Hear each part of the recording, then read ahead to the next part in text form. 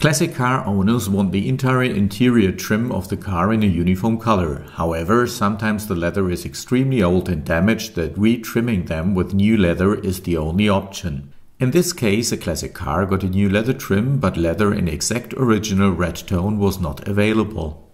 The shade of colors on the new trim parts and the still intact braided leather were not a good match. Therefore, we matched the leather color to the new leather.